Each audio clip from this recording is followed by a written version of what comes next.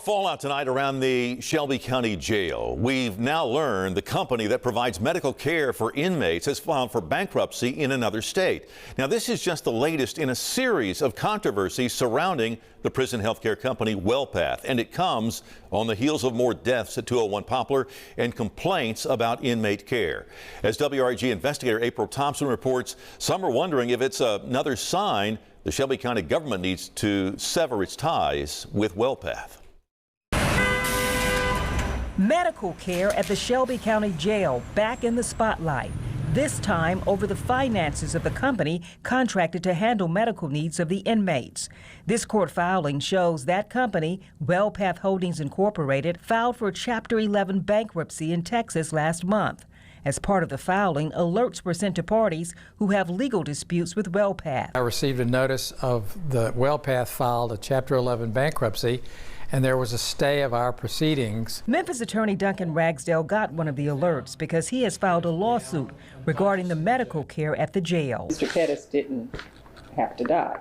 He didn't have to die, no. Ragsdale represents the family of Christopher Allen Pettis, who died in February 2023 after being booked into the Shelby County Jail. Pettis had heart surgery and was having blood pressure problems before getting to jail. They booked him into the jail. The next day, they took his blood pressure, and it was extremely high.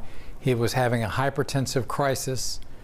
They ignored it for several days. Ragsdale says the doctor in charge noted Pettis should have blood pressure checks. Checks he says never happened. He died of a cerebral bleed as a result of the hypertensive crisis that they didn't treat at the jail. It's what Ragsdale asserts in a lawsuit. The patient clearly was in a hypertensive crisis.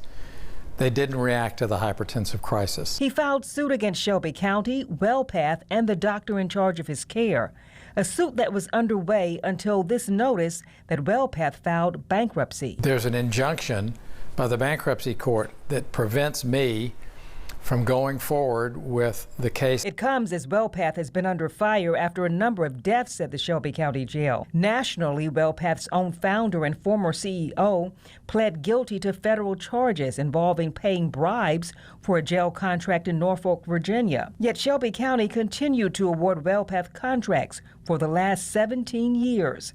Despite other companies making bids. WRAG investigators highlighted one such company, Medico, last fall.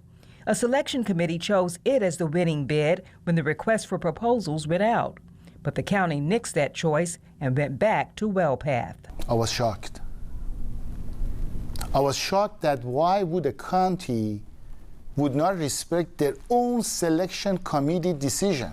All these reports about the deficiencies of WellPath, and then companies apply to take their place, and the county just ignores these reports. They ignore the negligence. Shelby County Mayor Lee Harris's office recommended the continuation of WellPath's contract.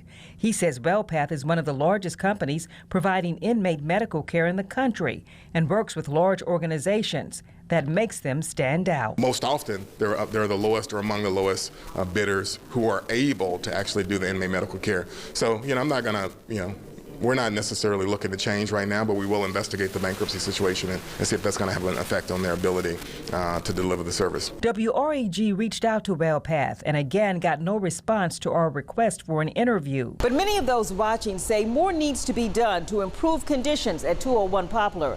And that means realizing things aren't well with WellPath. This 30-something-year-old young man who didn't need to die, all he had to do was give him blood pressure medication to reduce his blood pressure and monitor him, and they didn't do that. For your news leader in Memphis, April Thompson, WRAG Investigators. All right, still a lot of questions there. In the meantime, the Shelby County Commission gives final approval on the jail medical contract. We did ask several commissioners their thoughts on this latest bankruptcy. They said they want more information.